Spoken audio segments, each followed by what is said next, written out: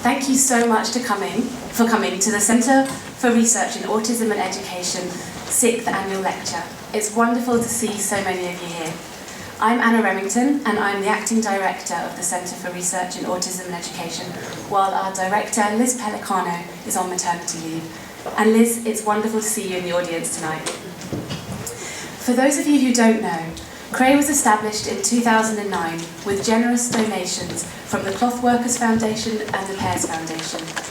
We aim to produce research findings that will be discussed by autistic people, their family and friends, that will influence health and education policy in the UK and internationally, and most importantly, that will help ensure that the lives lived by autistic people are happy and fulfilling. Which is why I am absolutely delighted today to introduce Dr Paul Shattuck, whose research fits squarely within those aims. Dr Shattuck is the director of the LifeCourse Outcomes program at the A.J. Drexel Autism Institute at the Drexel Institute in Philadelphia. He studies experiences and services that promote positive outcomes for people on the autism spectrum, their families and communities. While autism research and policy have a tendency to focus on children, Dr Shattuck's work aims to address this balance by examining adult outcomes in autism. His 2011 study on the use of services by adults on the spectrum was recognised as one of the 20 most influential, impactful scientific studies in the field of autism by the Interagency Autism Coordinating Committee. So this evening we'll hear Dr Shattuck talk about his wonderful research for about 45 minutes. Then we'll have time for questions from you guys for the remaining time. We've had a great response to our lecture this year, and to make it as accessible as possible, we'll be live tweeting throughout. So please, all of you, feel free to contribute using the hashtag here, CRAE Lecture. We also hope to post a video of the lecture on our website after the event, as long as the technology is in our favour. So without further ado, it's my great pleasure to welcome Dr Paul Shattuck.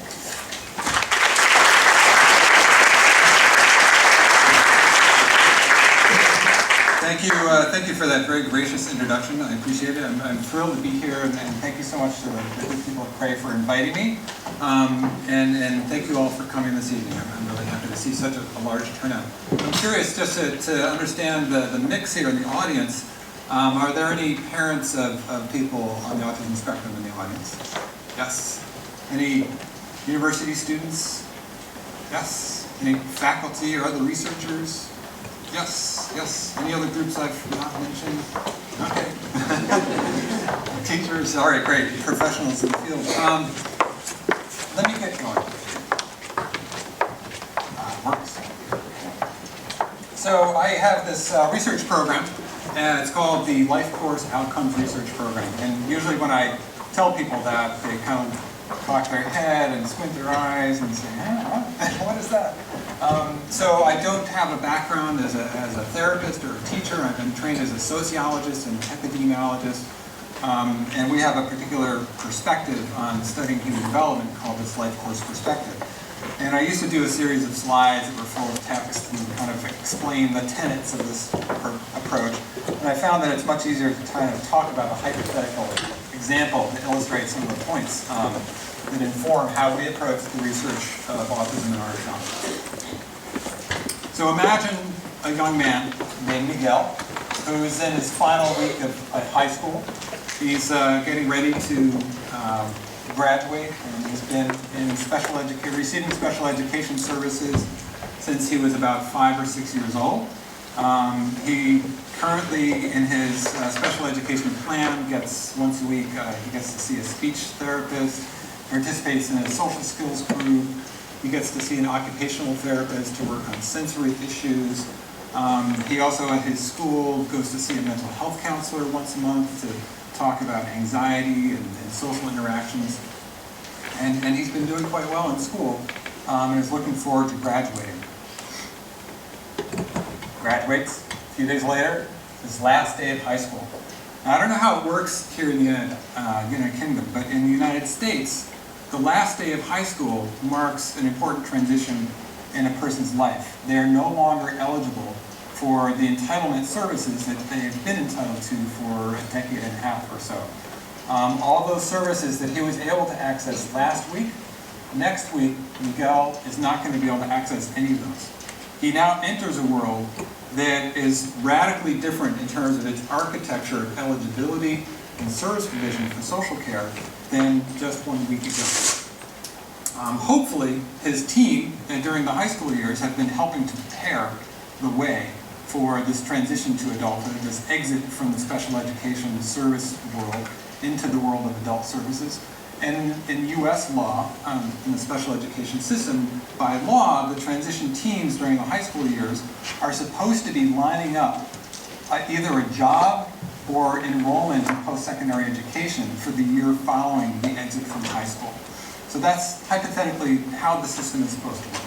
As you'll see in some of our slides coming, that's not actually the case.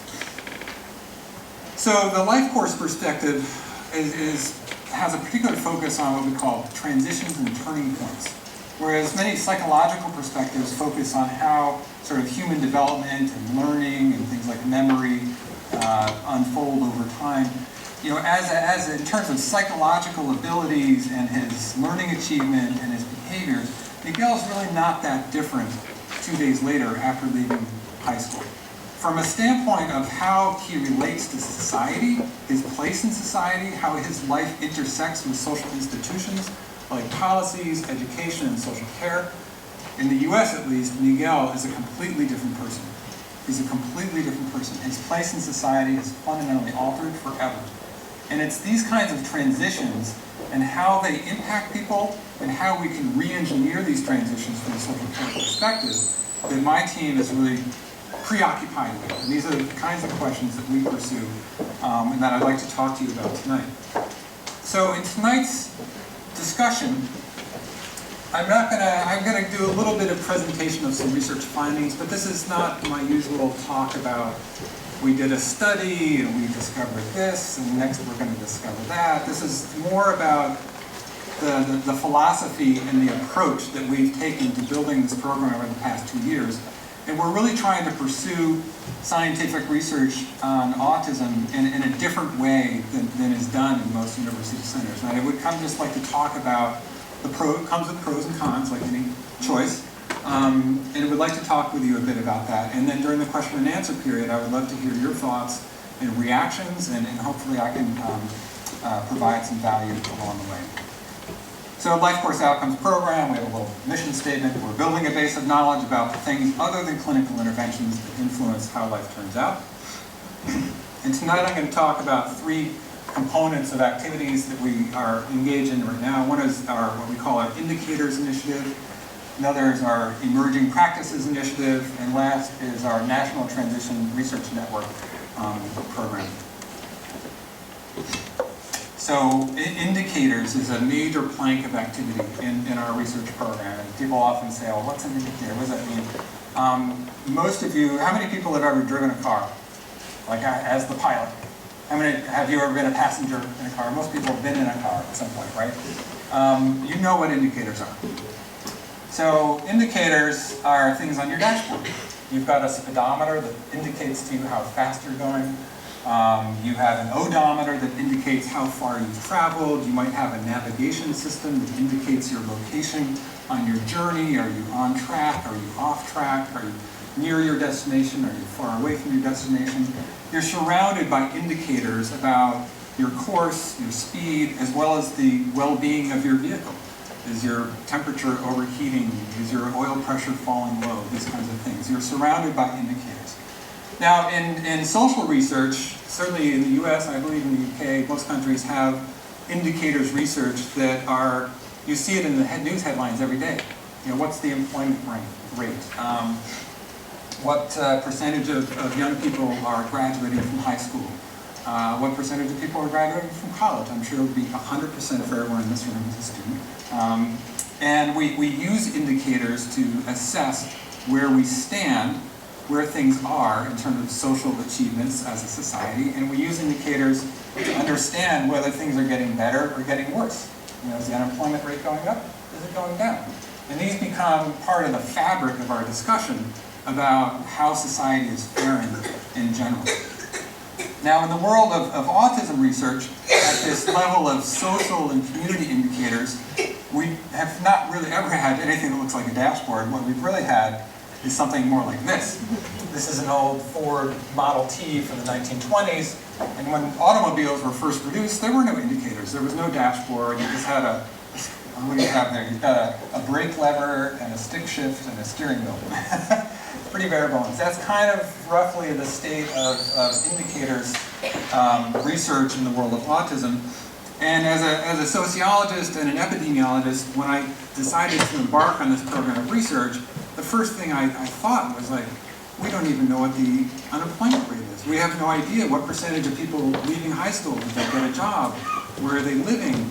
Are they rich? Are they poor? Do they get benefits? What kind of needs do they have? Do they get the help that they need? This kind of basic descriptive information about how life turns out has really been lacking in the United States. So we set a goal to change that. And we started this indicators initiative. Now part of this rationale for this is social policy. So in the United States from 2008 to 2012 alone, just in a 4-year period, the federal government spent $1.5 billion on autism research. That's, what, £1 billion, roughly, give or take? Can't do the exchange rate in my head. Every year, in public special education around the country, schools spend approximately $11 billion a year on special education services just for children with autism. So we wanted to know, and people often use this metaphorical language of moving the needle. And when I got into this line of research about 10 years ago, I would go to these national meetings sponsored by advocacy groups or scientific meetings, and people got very passionate. They were like, we need to move the needle on employment outcomes. We need to move the needle on graduation rates. And I was sitting there thinking, I'm a very literal person, I'm not a very concrete thinker. I'm like, where's this needle? Where's the needle? And I think, like, we really need some gauges. We should be able to answer those questions. So I undertook with my team the creation of this National Autism Data Center, where we have gone out and gathered as many large national data sources and healthcare insurance databases, and we've become the big data shop. So we've gathered all these different data sources, and we've essentially gone into the business of producing reports about social indicators on things like healthcare outcomes, educational outcomes, employment outcomes, the services people need, the services people get, the gap between those two. And we've launched a website, and we've started producing reports that we now make available freely. And this is our big accomplishment this year was our Transition into Young Adulthood Indicators report. And I don't want to get too bogged down in the details of the research findings. I've actually got a copy on display here if you want to come look at it. We have these freely available online if you want to download it. More than anything, I just want to illustrate the kind of research that we're doing as an example of the kind of research I believe we need more of as a field. So, talking with families in the US for almost 20 years now, and being involved in both advocacy and research, the word cliff is almost always uttered in the same sentence when people talk about the transition out of high school. If you talk to parents of young people in their 20s, and you ask them to reflect on the experience of exiting the high school special education system, they almost always discuss it as the experience of like going over the edge of the cliff in terms of the loss of services and supports. And we wanted to be able to actually visualize that cliff and the magnitude of that cliff for different types of services that people often receive while they're in high school, compared with rates of receiving the same kind of service in the first few years after they leave high school. And I don't want to walk through all these one by one, but I'll draw your attention to the one on the upper left for speech-language therapy. So in the US, speech-language therapy is the most commonly received helpful service in special education when students are in high school. Roughly 2/3 of people are receiving speech-language therapy during their years in high school. It's the one that drops the steepest. So after leaving high school, only 10% of people in their early 20s who are on the autism spectrum are getting any kind of speech-language help. And as we know, communication and social communication is at the heart of the disabling aspects of autism for many people on the spectrum. And what we've done in our policy research is we're trying to figure out why. And there are a number of reasons, one of which is the professional training. So if you go to speech language therapy school, there's very little training available for working with adults with developmental disabilities or autism. Most of the training focuses on training people to work with children. And this dates back to a misconception about autism, is that it's a childhood disorder. It used to be called childhood schizophrenia. And still, very much of our professional preparation tracks in the US for speech therapy, occupational therapy, and so forth, a lot of it is very tilted towards preparing professionals to work with children and very unenriched for preparing professionals to work with adults. There's kind of a lack of recognition that those children grow up and become adults, and many of them are going to need support across the lifespan and not just in childhood. So after high school, the other thing in the US with social care provision, it becomes much more difficult to seek reimbursement at a policy level to pay speech therapists to work with adults, because in adulthood, speech language therapy from a policy standpoint is construed as a rehabilitative service. So if you had a stroke, if you were in a car accident, if you had some kind of acute medical crisis that impaired your speech or language, you would be able to get payment to reimburse to go see a speech therapist. But autism is considered a pre-existing condition, so it's not really eligible for funding. And many of the people who do continue speech language therapy usually do it out of pocket when the family is paying. So the cliff exists.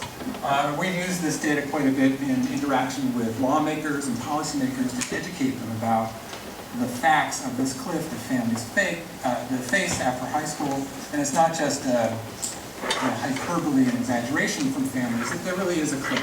And the policymakers get it when they see these figures.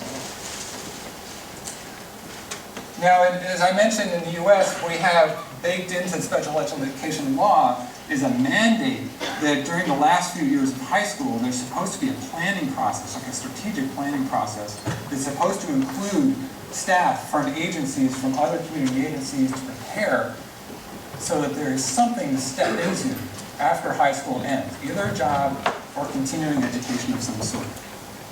That's the purpose of transition planning. It's mandated in the law.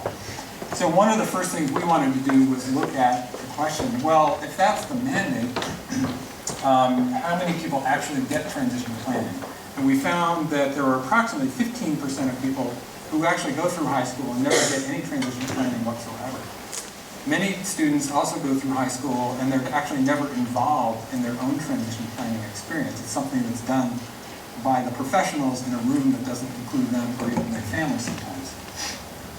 Now, another thing we wanted to look at was what percentage of people have one of the above after high school. Do they have a job? Do they have either a job or school?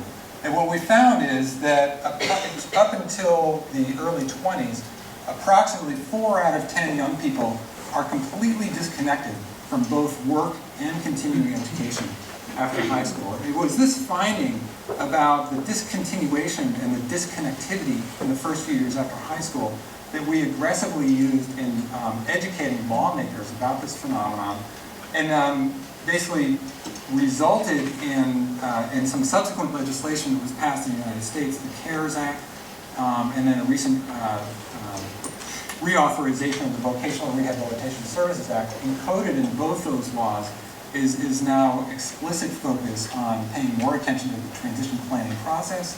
And in this case of vocational rehabilitation services, these facts were used to justify an actual mandate now that vocational rehab agencies have to spend at least 15% of their annual budgets on transition services for high school students getting ready to leave high school. So, these indicators are not just pretty factoids and so forth. They actually can be very useful in terms of lobbying for change with legislators. Now, if we have approximately 4 out of 10 who are completely disconnected in the few years after high school, they don't have a job, they're not going to any kind of school or job training experience, we asked ourselves, well, surely those people must be getting some kind of help, right? They're probably enrolled in some kind of preparatory something. They're getting services to help them get a job or get enrolled in some kind of educational experience. So we went through one of these big data sets that we have, and we discovered that approximately 1 out of 4 of these disconnected young people, they've also had no access whatsoever in any single year since leaving high school. So they're doubly disconnected. They're completely disconnected from both opportunity and stepping stones that might lead to opportunity. I'm sorry, are people depressed yet? Some of my family friends who are parent advocates, they call me the Grim Reaper. They're like, oh, not another Shattuck talk. He's going to do all these depressing stuff. I'm not trying to depress you. I'm trying to illustrate the idea that it's actually important to ask these questions at a population, societal level, how things are turning out, and that there's a payoff in terms of creating the ability to have a conversation with lawmakers.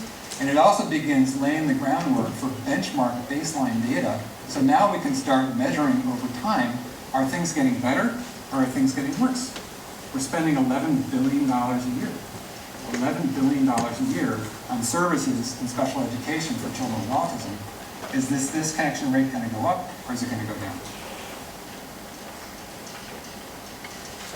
I'm going to accelerate through some of these slides. Again, you can find all this on our website, and I'm going to let you browse through this copy here.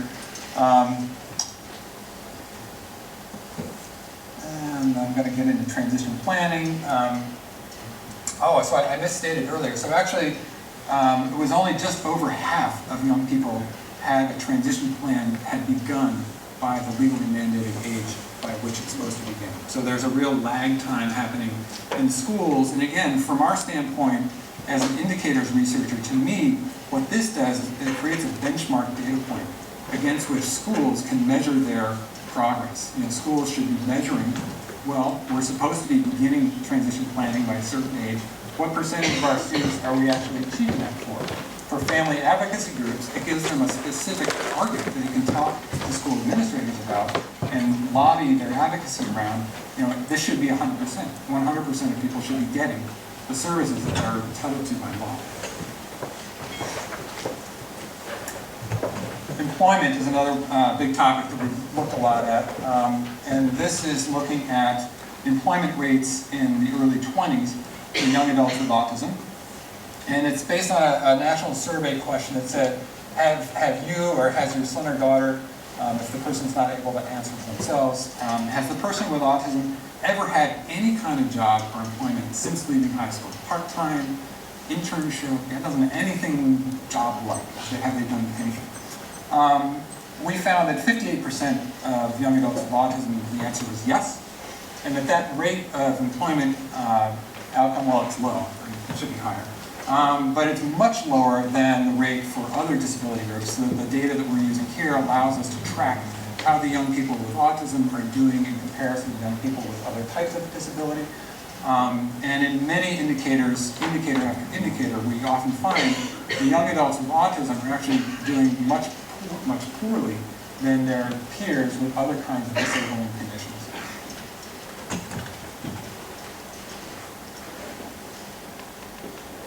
This is a promising indicator here, and this is another lever that we used in advocating for revision of the Employment Act. So we find that one of the strongest predictors of getting a job after high school is having had a job at some point during high school. And I mean a job, not job readiness classes, not job prep classes, not a class where you focus on how to shake someone's hand, but actually being in the community and having a job, even if it's unpaid, even if it's a volunteer internship placement, is one of the strongest predictors by far of young people being successful in getting a job after high school. So we see that 90% of young people who had some kind of an actual employment experience in the community during high school had employment in the first few years after high school. I'm going to skip over this stuff. A little bit about the impact of this report. We had a massive outpouring of interest in this report in the US when we published it online. It got picked up by media outlets and news outlets. It led to an invitation for me to go do a presentation to the Congressional Autism Caucus in Washington, D.C. Featured interviews on National Public Radio. It became quickly one of the top news events of the past 5 years for our university. It was great publicity for the university. It actually resulted in kind of an outpouring of interest in potentially making donations to the university. At the same time, we launched a social media page on Facebook, a Twitter account, LinkedIn, and so forth.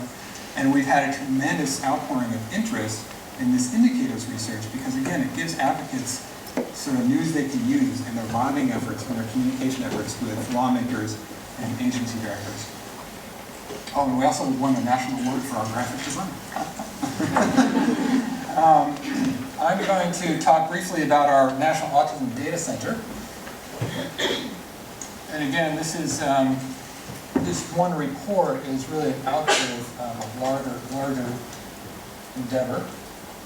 So we have each column here represents a different database or data set that we got our hands on and we pulled into our shop. We have over a dozen different national data sets of one sort or another that has some sort of information about autism. And so we create this kind of table for any given topic, let's say health and medication. We can drill down and we can see which surveys have information on different topics and different questions. And we're using this to create a robust stream of information products, not just a single report, that are now on our website. And again, we use these quite a bit in communicating with legislators. And we put these infographics are like wildfire on social media. People love these. These are like news you can use. It boils the information down in a way that's interpretable, and understandable, and very shareable with school administrators, so forth.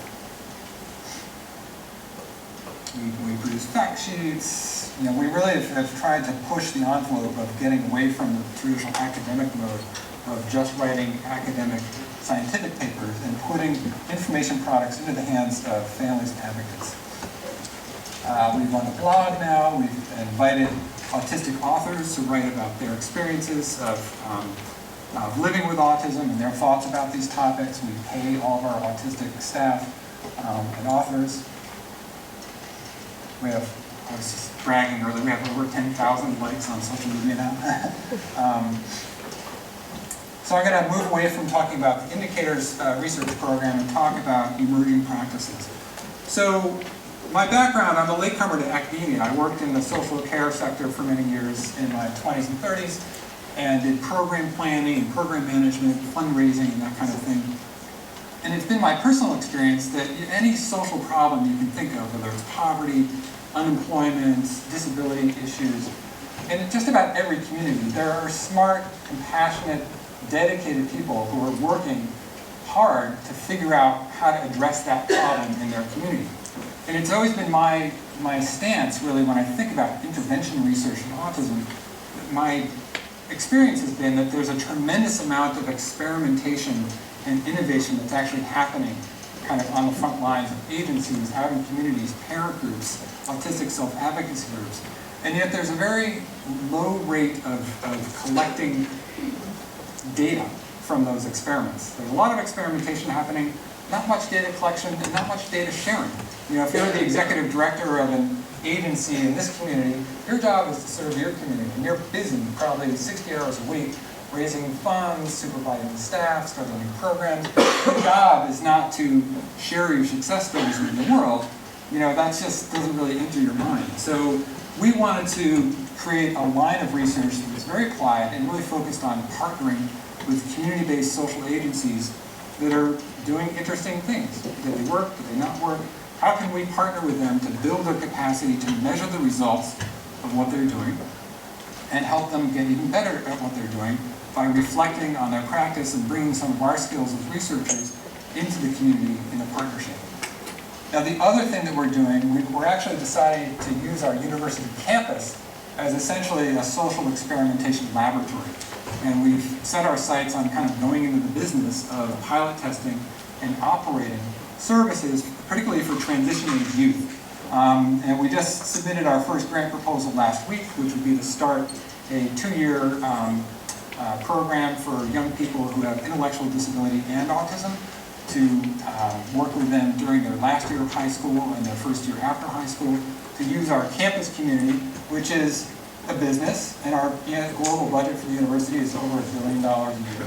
So we have thousands of employees, we have different parts of our university, we have loading docks, we have food service halls, and so we got support from our university president to use Drexel as a laboratory for finding paid internships and doing job skills training for young people on the autism spectrum, and to help use our internship offices connectivity in the business community in the region to line up internships in the community as well, and hopefully create pathways for internships, job training, and employment in the community.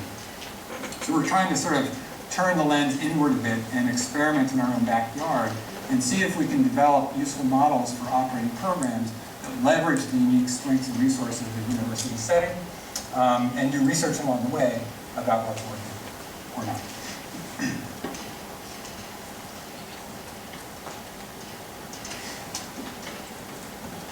I'm going to get a little nerdy for a minute, so I might lose some of you, but the academics will be thrilled. So I'm going to talk about, so we have these different sort of frameworks for how we think about human development. And one of the predominant generic frameworks that almost any student in just about any kind of discipline, whether it's psychology or sociology or education or public health, at some point you're going to encounter something that probably goes by the name of the biopsychosocial model or the ecological framework or something like that.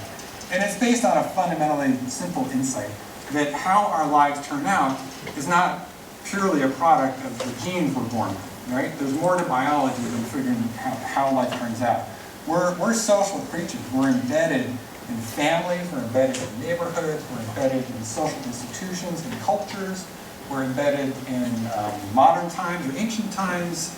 And the insight basically is that the social ecological context that you grow up in and that you live your life in also influences how your life turns out. It's not just a function of what your IQ is, it's not just a function of what your social skills score is, that other things influence how your life turns out. And for our research program, we're really fascinated by how do we pull the levers and intervene on these other things, like how programs are designed, how policies are run, how organizations are operated. Can we actually influence outcomes by not just intervening, quote, trying to fix the person with autism, but we can intervene at the community level and fix communities so they're more welcoming and responsive and supportive and full of opportunity for people to step into. So an example of a program that we're starting next year is it's a holistic jobs program. And like many intervention programs for people with learning disability or autism, there's an internship component and there's kind of a discovery component where we help people experiment and understand what their unique profile of strengths and interests and challenges are. And we're going to be doing matched internships. We're actually, in our fundraising for this program and our budgeting for the program, we're insisting that people have paid internships because we found that in the research on high school internships leading to employment after high school, actually getting paid makes a difference, and it's a difference in terms of your identity as a young person who has a job. Getting a paycheck matters, and it shifts people's mindset about themselves and their place in the world. We're planning ways to create a support plan, not just for the person with autism, but also for the manager and the supervisor and the hiring person at the company that they'll be working at. We want to be educating the colleagues and coworkers around the person with autism about that person's unique profile of strengths and challenges, how to connect with that person, how to include that person successfully in that workplace. And again, we certainly will continue working with individuals about how they can increase their social skills, their time management skills, like you would do with any other person who's enrolled in college or job training programs. But we're also trying to address these contextual factors that we hope will increase the probability of not just getting a job, but actually keeping a job. Because in story after story after story, what we hear from families and from agency directors is that a lot of people on the autism spectrum, we can get them a job, but keeping the job is actually an unaddressed challenge in terms of thinking about intervention and service provision. In the US, the agency, the public agency that's responsible for helping people getting a job, once the job is gotten, that agency goes away, right? That help, like, we're done. they got a job. Good luck. And there's really there's no sort of, ongoing small dose of support that might help someone stay in a job. And what we find is that we're just launching another indicators research project right now, and we're looking at these patterns of cycling in and out of vocational rehabilitation services. And we're finding that there's a really significant chunk of people who enter into eligibility, they get qualified, they get services, they get a job, the services go away, 6, 8, 10 months later, they lose the job. They have a tantrum. There's something small at work, snowballs, because there was no little dose of ongoing support, either for the colleagues or for the person. They lose their job, they reapply for eligibility, they re-enroll in the job support services. Services come in, they work for 6 months, they find the person a job, we're done. Services step away, and the cycle begins anew. And so we're thinking to ourselves, this is nuts. There's got to be a better way to do that. It's expensive. And so the other piece to this project is we're documenting the cost component, how costly to society that is, of cycling in and out of these services over and over. There's not just a human toll when that happens, there's also a toll for society. We're also integrating behavioral health into this model, because somewhere in the order of 60 to 70% of people on the autism spectrum also have a co-occurring mental health condition, anxiety, depression, a bunch of different things going on. And what we've heard from the qualitative work we've done with adults on the autism spectrum and their families is it's often maybe not the autism that gets in the way of getting a job or keeping a job. It's often these other issues related to anxiety, depression, phobias that can flare up. And when they flare up, they can be quite disabling, more disabling perhaps than, quote, the autism. So we felt that we really had to integrate behavioral health supports into this plan. And again, part of it is educating the coworkers and the supervisors about these issues as much as it is creating kind of a care team management approach. I'm not going to get into the tax incentive component, other than to say we're experimenting again on the financial modeling of things. These services are expensive, so how are we going to pay for this stuff? So the other challenge that we're taking on with all these programs that we're pilot testing is to figure out how to pay for it. So that's, I don't want to be inventing interventions that work in an academic setting, are really expensive, but have no hope at all of transferring into the real world because there's no way to fund them. So we're experimenting with employer tax incentives and collaborations with state agencies and federal agencies to give employers a tax break and different schemes like that to essentially underwrite the cost of the service provision on the other end. So back to that theme. Again, the ecological perspective directs attention to things other than just, quote, fixing the person that matter. So in the US, there's actually quite a bit of innovation, and there are quite a few really cool models for doing job training and job supports, and many of them are private pay only. So what we have a lot of pockets of programs around the US that are very expensive.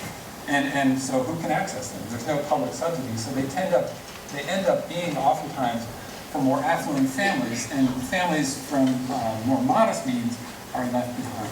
That's unacceptable to us. We have a very strong commitment in our research center to social justice and thinking about these financial burdens on families. So there's a technique in public administration called braided funding. So another program that we're pilot testing starting next summer is this Transition Academy for people with moderate levels of intellectual disability and also autism as they're leaving high school. It's kind of creating a package of job training, internship supports, life skills training, and community living. And the very first thing we've had to do is to work with all these different state agencies to essentially get permission to braid together these funding streams. These are funding streams that usually operate in different silos of service provision and don't ever touch. A lot of people with developmental disability, including autism, we hear these stories like, I went over here, I knocked on this door, I got some help with job services, and I had to go over here, and I knocked on this door to get help with behavioral health services, and these people have these odysseys of care seeking and help seeking that are just burdensome, and therefore people drop through the cracks. So we're trying to create an integrated, holistic funding program model that braids together different funding streams so that essentially we have a program model that's at no cost to families. That is providing all these services that families would otherwise have to go all over the community to find by knocking on separate doors.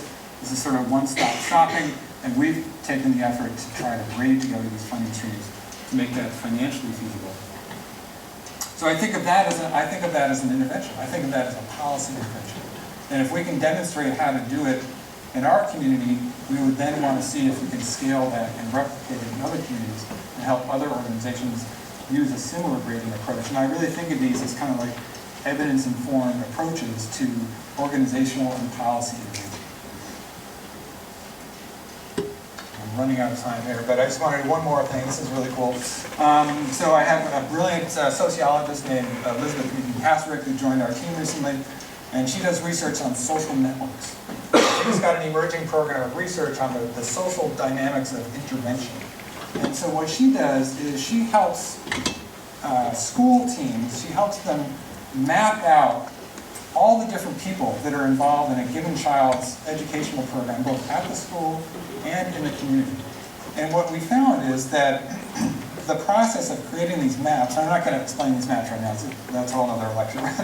The process of creating these visual models that depict the array of different people who are involved in a particular child's life really helps the care management team understand where there are opportunities for increasing collaboration and synchrony. So for many years in earlier intervention, there's been this call that if we're doing something in the school in terms of delivering an evidence-based intervention, that there should also be some carryover into other community settings at home, maybe when they're at the after-school program. We would ideally like to see people, quote, be on the same page and delivering the same intervention so that it increases the effect size of that intervention. In reality, what we get on the left, we see a child who has a somewhat impoverished care network, not many people helping her. They're all, very few of them are talking to each other, and they're all pursuing different intervention strategies. There's very little coordination, very little synchrony, very little alignment.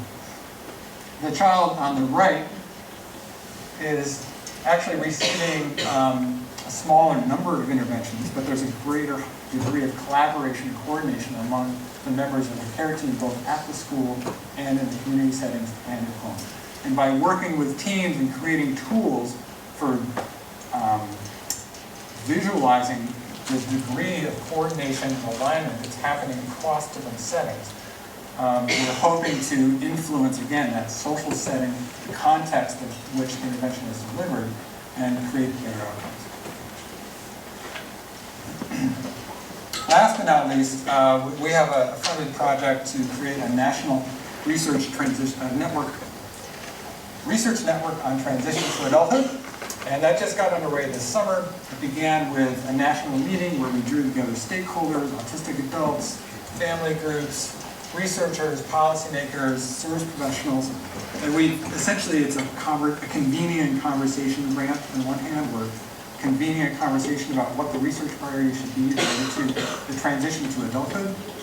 But we also have some pilot funding to import ideas from the world of manufacturing and healthcare, where these techniques of quality improvement practices are used quite a bit. Now, the quality improvement framework for thinking about program improvement and service improvement is quite fascinating. In the academic setting, when we think about developing interventions, the old school model that I learned as a doctoral student, but many people think about when they plan a research project, is we want to pilot test a program, and we want to work on it here in the academic center. We want to perfect it. We want to get to perfect. Right? Then we're going to make a manual. We're going to create a manual. We're going to bring the manual out, and we're going to disseminate the manual.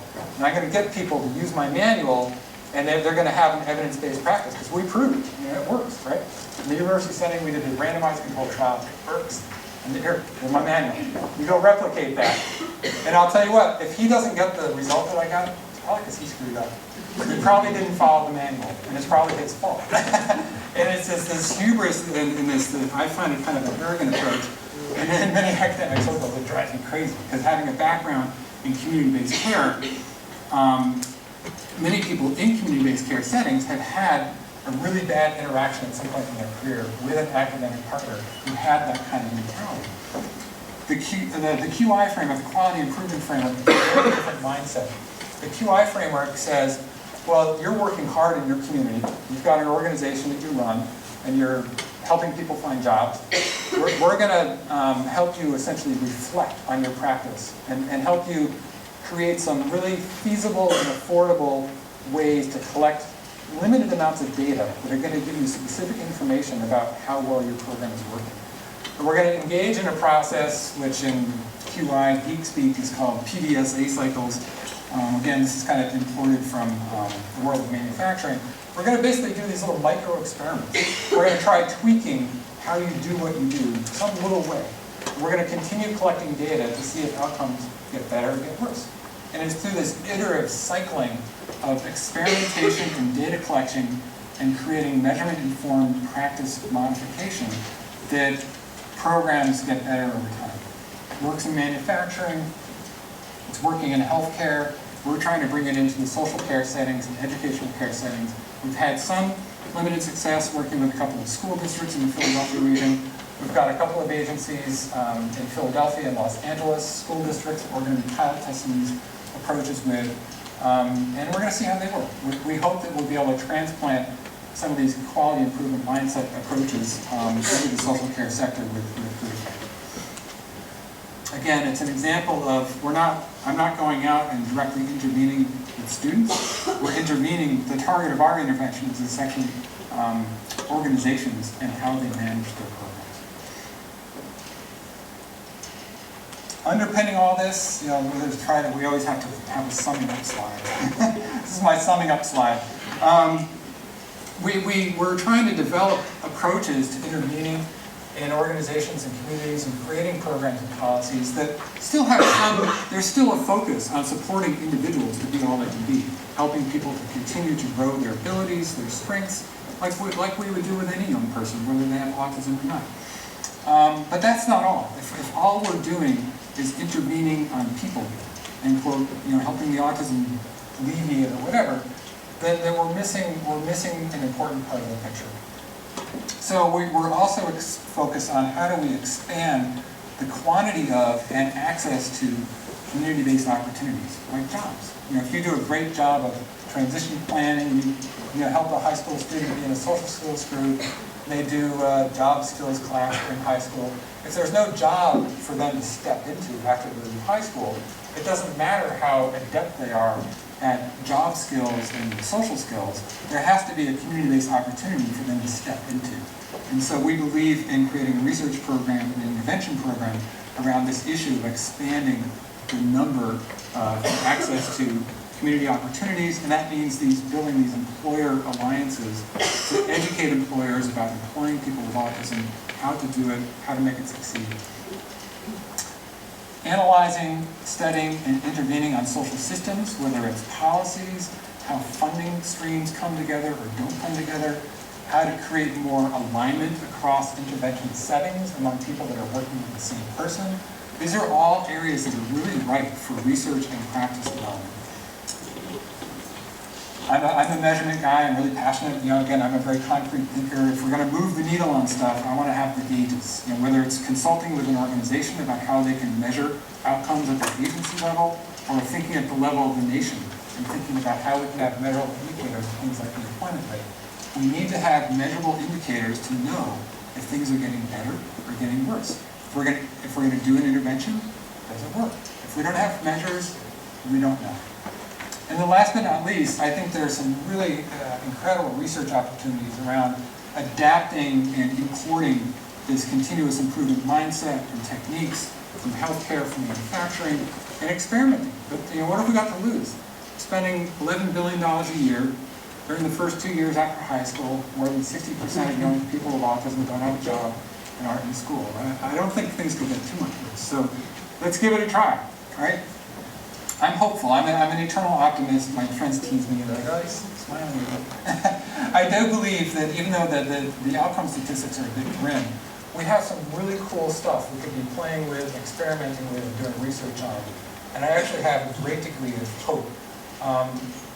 Partly because, the reason we're all here tonight is partly because there was a generation of parents who, starting about in the mid-1990s, early 1990s, they got very politically activated around their young child's diagnosis. And it really began what amounts to one of the most amazing social movement stories of the past few decades, where in the US, and I think somewhat in the UK, that there's just been a tremendously growing awareness about autism. That's resulted in increased funding streams for research. There are training programs for university students. There are new and expanded opportunities in communities. And now that generation of very activated families, many of their young people are now in their 20s. And at least in the US, there are quite a few organizations that are getting very invigorated around these transition age issues and adulthood issues. And I think that the funding priorities at both charities as well as the national government in the United States, there's a slow but perceptible shift in funding priorities for research and for services that are diverting more resources towards this age of transition and young adulthood. So I see that as a very promising sign. I think there are a lot of opportunities for partnerships between researchers and community-based groups. And we just have to work together on this stuff. And I really do think we can literally move the needle on some of the outcomes. Very optimistic, very grateful for this opportunity to share some of these ideas. I think I'm losing my voice, so I'm going to stop right there. And I believe we have some time for questions and answers. I don't know if I'll have a lot of answers, but I'm happy to entertain questions and do my best to engage in the conversation. Thank you very much.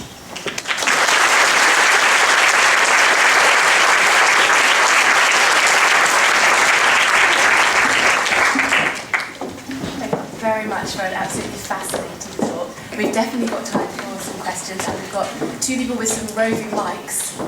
So if you just make sure you have a microphone. Yeah, do you want to start? I thought it was really fantastic and really fascinating talk. I thought some of the results which you showed were really, really impressive as well. One of the things that we know from the typical population is that being engaged in society and participating in employment really improves the quality of life, improves self-esteem, improves confidence. I just wondered if there is any data, or if you have any data on how participating in society or participating in employment has affected people with autism. Yes, actually I do. So we're working on a paper that we're revising for resubmission to a scientific journal. So some of the data that we have that follows young people from the high school years into their mid-20s, we actually have information. So again, let me take a step back. So this phenomenon of being disconnected from work and or post-secondary education in the years after high school, that doesn't just happen in the world of autism. So in the US, there's a whole parallel world of research on disengaged youth, which focuses on young people from poor neighborhoods, ethnic minorities who have very high high school dropout rates. And there's a whole strand of research on how to help these youth finish high school and get either a job or go to college after high school. I think in the UK you call it NEET, it's N-E-E-T, not in education or employment. Okay. So we've looked into that research. There's actually like a large body of research, like how do you prevent disengagement and disconnection after high school? And what we found, one of the most powerful predictors in that world of research is actually participation in things like clubs and sports teams and being in the band and doing extracurricular activities after school. Being involved in these sort of social activities during the high school years is very strongly associated in this other world of research with a greater likelihood of graduating high school, greater likelihood of having a job, greater likelihood of going on to college. We have data on that. We actually have all this data on social participation in different kinds of activities during high school. And just in a nutshell, yes. So we find that that the more participation, and we can organize this by level of severity of autism. People always say, well, that's just because those are those people that can do that, right? And even for people with moderate to severe autism, the people who are given access to opportunities to be included and participate in extracurriculars, whatever, the likelihood of them being disconnected after high school is significantly lower. It was kind of a shock. I don't have it in front of me, but we were actually surprised by the magnitude of the difference in how things turn out right after high school between these two groups. People that are afforded the opportunity to participate in these kinds of things and people that are not. Does that answer your question? Yeah, just a bit more. Do you have anything on the quality of life and sort of? I'm sorry, say again? Do you have anything on sort of quality of life and self-esteem? So how people with autism really sort of self-esteem? We do. We have a couple of papers that have come out in the past couple of years, and I didn't show them, but I actually have quite a few slides. And in the indicators report, one of the surveys that we use data from for young adults who are able to participate in an interview, there's a whole slate of questions about self-esteem, identity, how they feel about their lives, mental health, self-efficacy, things that we know influence outcomes in quality of life, and their subjective sense of self. And we have a chapter in there summarizing many of those results and a couple of other information products on our website about that.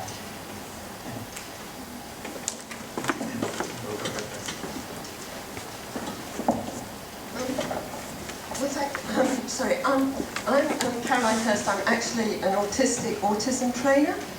And while I support your view that attitudinal change is important, and I completely agree about participation, I'm just really a bit upset that when you were talking about the people who were here, you were saying, who do we have? We've got parents of children with autism, we've got teachers, and you didn't mention autistic people. So that, to me, as an attitude, has a little gap. Like the assumption that in a talk about autism, there wouldn't be autistic people seems a shame. And also, I'm a bit upset by the use of language where you keep saying people with autism, where autistic people like to be called autistic people. So the other thing that's noticeable to me was your talking about the generation of parents, and I think that's absolutely right, that a lot of these changes came about because of the generation of parents who advocated on behalf of their children. But what we're realizing now is that there's a whole lot of adults who just weren't diagnosed. And when you're talking about severity of autism, I'm not really sure what you mean, because highly intelligent people can be extremely autistic, and there isn't actually a way that I know of, I mean, correct me if I'm wrong here, of actually measuring severity of autism. So I suppose my point is I would like, it's really a request to assume the participation of autistic people in academic settings, not just as on the receiving end of research. Thank you for those comments. Those are great comments. I'll just say one. So a talk like this that I did a couple of months ago, I actually did begin by saying, and how many autistic adults are there? And I was taken to task after the talk for people with autism or on the autism spectrum who said, how dare you, request people to sort of out themselves, because that many people are uncomfortable with that. So this time I didn't do that. It's a hard judgment call as a speaker to know which way to go, because I often get sort of chided depending on which way I go. But I appreciate your points. No, those are great points. Thank you for making those comments.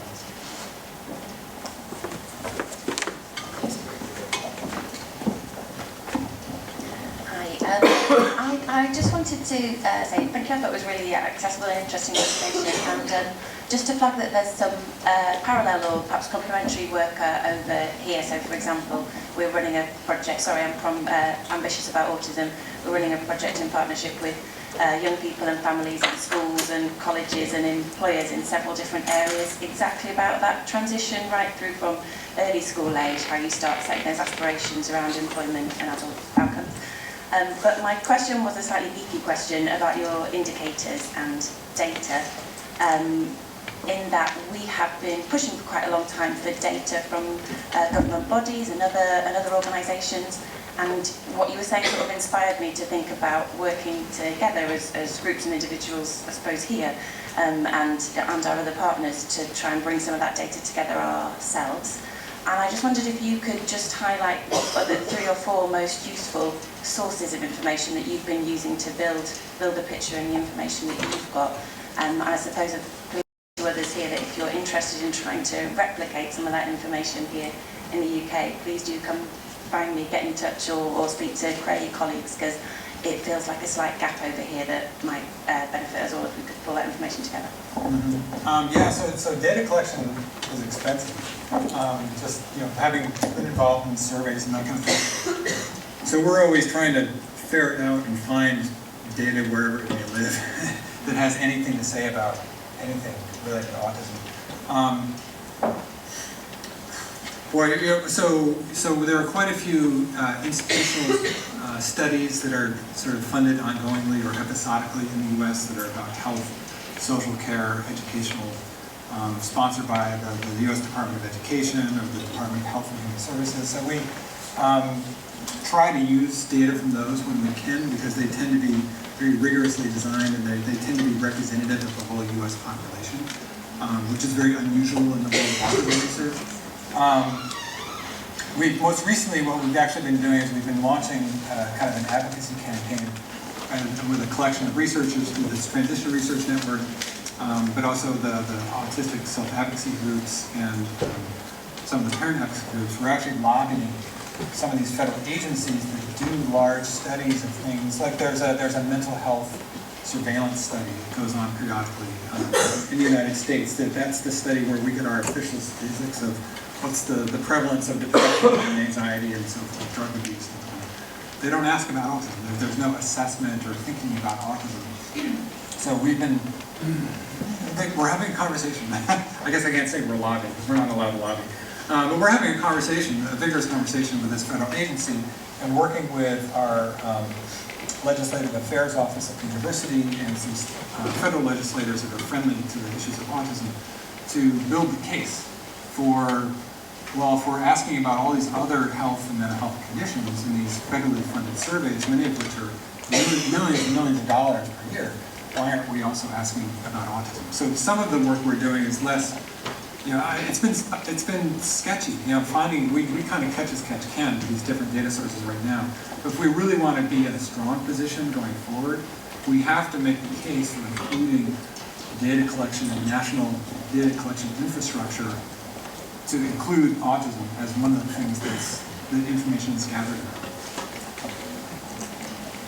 And there's kind of a bit of a virtuous cycle here, because as we do these indicators reports, and as we find that particularly the legislators who get this, like when I do a talk with a legislative group, and I hand them a fact sheet, they love these things, because these people are busy. The last thing they want to do is read a big 50-page report or something. They like infographics, and they get excited. They're like, I can understand this. And we say, well, we can help you solve some problems. We can make more of these really useful infographics if only you started asking about autism in the federal survey of whatever.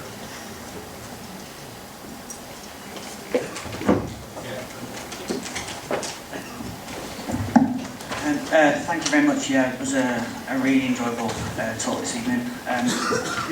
I'm an academic and researcher in Liverpool, and my primary work has been working with autistic adults looking at imitation. But we've been doing a number of studies recently over the last 3 or 4 years looking at interventions. One is an educational intervention looking at stepping to work. So you have autistic adults that have become disenfranchised after school. They've gone into a stepping to work program where they do some educational and some social training, and then they go out on work placement. They go out into the community, and then they hopefully get a paid employment. And what we're showing from an academic perspective then is significant changes in their social cognition on various subscales after they've gone into employment or when they've gone through the educational program. And importantly then, when they've gone into the community, when it becomes rather more complex, we see a levelling off in their social cognition and changes. So we've seen these really important, significant changes in their ability to go through these transitional programs. So it's nice to hear your data today. And secondly, then we've also been working for the last year with autistic adults who are non-verbal, who are quite low down on the spectrum. and we've been using trampolining as an intervention to look at social changes in cognition. And we've been comparing that against non-sensory motor activities. So we looked at media training, for example, where they looked at YouTube and created PowerPoint displays, etc. And we're showing, so social inclusion in general has these huge changes on non-verbal adults, both in media training or non-sensory motor training.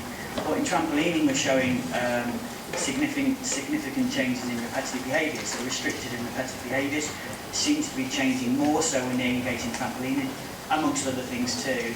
And my final comment will really just to sort of support what you've been saying this afternoon, and is we've also got into the community and done some focus groups with parents and carers and one-to-one carers, and they're also showing the added benefits then of these types of interventions. So more of a corroboration really than a question, but thanks for your talk tonight.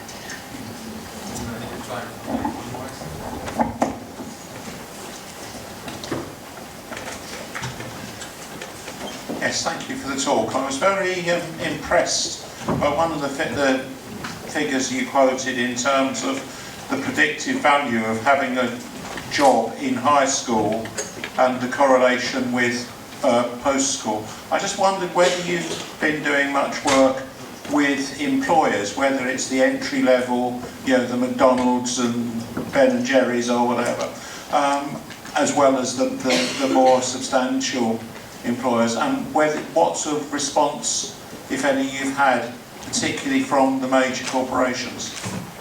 Yeah, so we, yes. so a couple of levels to that answer. So when I first went to this new university post a couple of years ago, there was an interest in having me do research about employment. And my first question was, well, how many autistic employees are there at Drexel University? And does Drexel hire adults with developmental disabilities? And people, the HR people would get kind of stared at me like, what? Why would we do that? And so we set about building support, actually starting with the president's office at the university, to build support. And I just a few weeks ago got appointed to our human resources advisory committee for the university. We have a new vice president of human resources, and we're kind of looking at our own in-house hiring practices and thinking about, well, what does it mean to be an autism-friendly, disability and autism-friendly employee?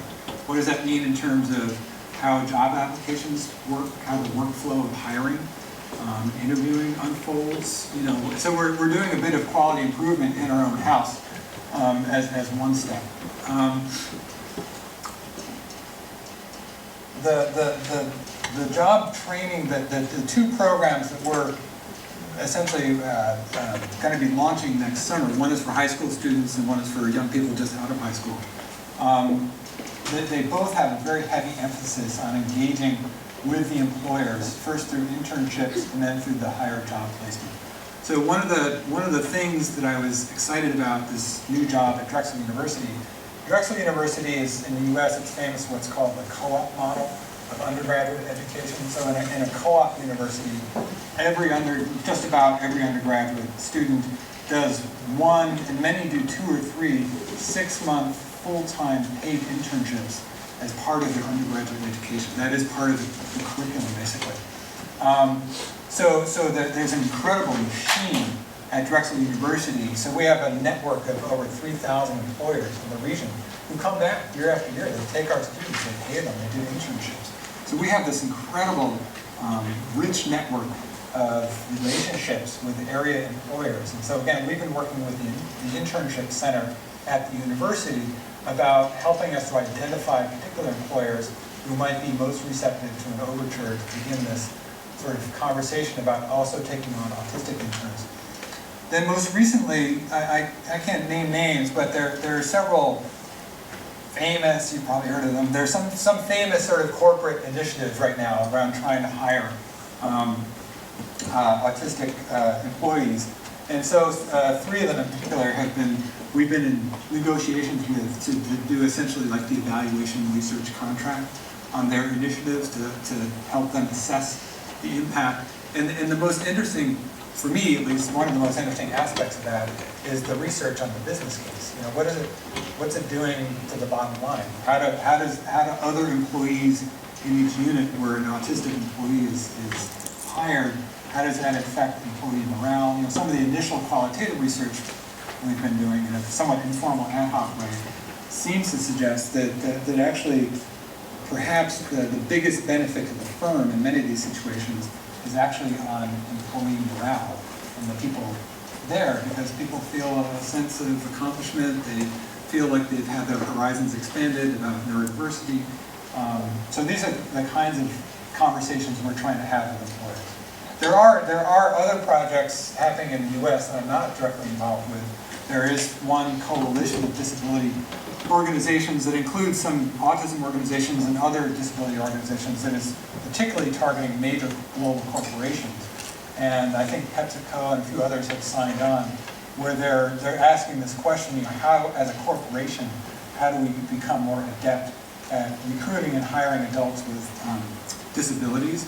And part of that is driven by a recent shift in U.S. law, which actually I don't think it was I'm worried I'm going to misstate it. I think it was actually an executive order that says that companies that do business with the federal government are going to be, over the next few years as they phase this regulation in, have to have X percent of their workforce be people with disabilities. So, you know, many companies are, we're going to help them solve that problem that they now have because of this executive order. And we presented it in that format. That is our business case when we talk to employers, like, you've got a problem solved now, and we're going to help you do that. Let's work together.